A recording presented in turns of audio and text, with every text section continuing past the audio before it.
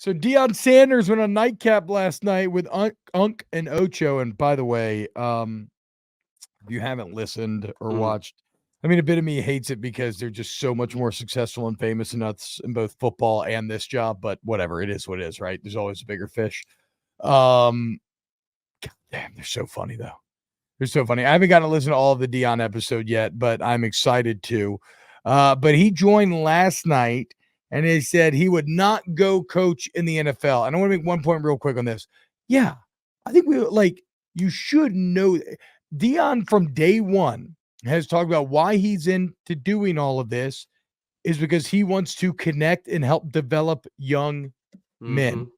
And I see nothing in Deion's actions to give me any reason to doubt that statement. Like, yeah, I get it. He's a competitor. Yes, he wants to be successful. Yes, he wants to be compensated correctly for that success. But I don't think that compensation or personal success are his main driving factors. Like, if they were, he wouldn't need to do any of this. He could go make as much and or more money just continuing to do easier stuff. I think he legitimately loves coaching young men and connecting with them and trying to help them be successful. So I think he stays in college. That's okay. Go ahead. Do you think anything has to do with his brand and who he is? Like, I'm just asking, like, Deion is the main attraction to Colorado. You go coaching the NFL, Deion ain't the main attraction if he's the head coach of whatever NFL football team. Well, like, okay, do here, you think there's a sense of him enjoying to being the face of, because we always talk about college football, like, who is truly the face of these programs? Well, it's Nick Saban, it's Kirby Smart, it's the head coach. Like, because players are rotating, guys are in for 4 years, but the face of an NFL team, the quarterback, he's getting paid $50 million. That's the face of our franchise. Then this player, then that player. Like, Deion ain't the face of the, I don't know what team sucks in the NFL. I don't really follow too much. Whatever NFL team, he ain't the face of it. You are the face of Colorado. He would be the face of the Florida Gators. Like, is there an ego part of it too that keeps him in college football, knowing that he will always be this dominant of a figure? Well, okay, let me do this. Let's listen to it straight from Deion's mouth. We have the sound, and then I'll give you an answer. Here's Deion. I don't want to do pros. I love college. God has provided everything I need, man. I'm having the time of my life. I love Boulder, Colorado. I love the kids that I get to coach. I love the recruiting process. I love it. So, and I like the purity of the young men. I like the sensitivities, and I like all that and the amateurism of it, even though it's turning to pros because everybody want a bag now. But I would have a hard time in a locker room with a guy that's making a multitude of millions and he don't want to play. I don't want to give his all. So I think, look, I mean, again, I take that at face value. I think that's exactly what we're getting at. I think I would be naive if I would say that Coach Prime didn't love some of the gravitas that comes with being the face of a college program. To your point, I don't think that takes away from the sincerity of him saying that the main reason why he does this is for young. Yeah, why was that chair so big, Daniel? That's a good question. But I don't know. But it's like a throne, I guess. But I don't think that takes away from him being like, no. But I mean, at the end of the day, I love the kids. Like I like developing these young men, and you can hear it right there.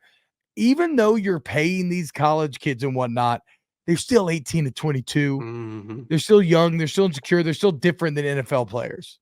Do you think he loses some of that though too with when his son does go to the NFL? Like, I think there's an enjoyment as well. Like, you see all the time, him and his son and Travis, Shadur and Travis, they're going to the basketball games. They're going to, they're flying around. They're doing all this other stuff that's fun. Like, you're getting to, like, how cool is it you get to coach your son in college football, Power 5 school? Like, that's exciting stuff. Like, but you've seen those two journey from where they were to where they are now. When he does move on, two things. Obviously, do you stay at Colorado? And is it as much fun when you're not coaching two guys that you've built this incredible relationship with?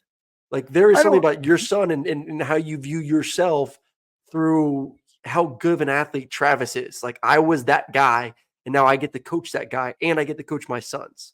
And when that does move on, how that changes kind of his perception of coaching these 18 to 22-year-olds. Well, I've coached 3 of my daughter's athletic teams, and we have yet to get a win in 3 years. So admittedly, maybe I'm probably not Shit the coaching. best judge of this, assistant coach, but whatever, not really on me. Um, I would imagine that it is deeply fulfilling, bucket list incredible to Yep. go through with your 2 sons what he is going through right now. Really 3 when you even consider Deion Jr., what he's doing on the business social media front.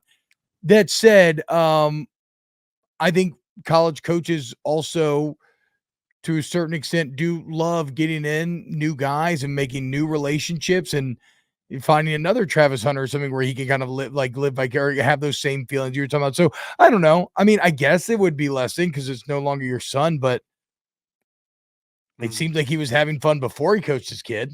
Yeah. So but you know me, I'm a Deion Andy. I love believe in Deion. Yeah, I we was trying to both get do. Deion. I was trying to get Deion to Auburn last year. So like my That's feelings true. on Deion. I think Deion is really good for a lot of programs, especially those who need a facelift, need some recognition, need some booster support, whatever you need. Like he should be on Yeah, and prime look, on your list of candidates that should be possibly hired.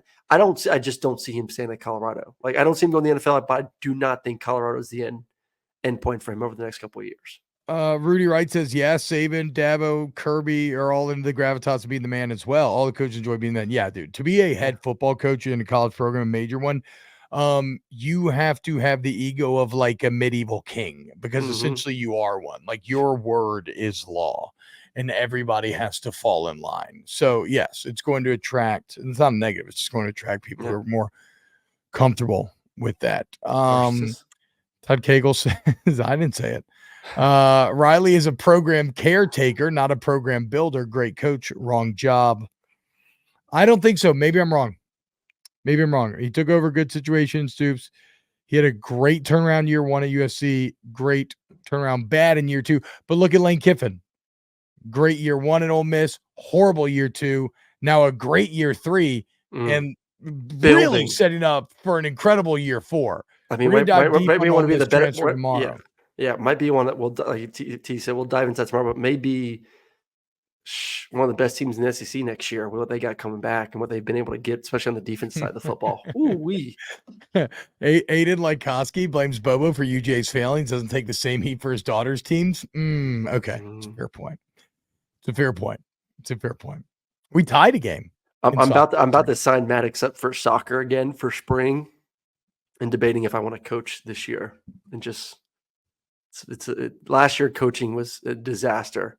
He was the only kid on my team that didn't play. So I'm coaching 9 other 3-year-olds as my son's running around picking flowers and doing other random shit. So I'm like, why am I coaching these kids? I want to coach my son, and he's the only one that didn't give a damn about playing. I'm just there to hype kids up and make sure everybody has fun.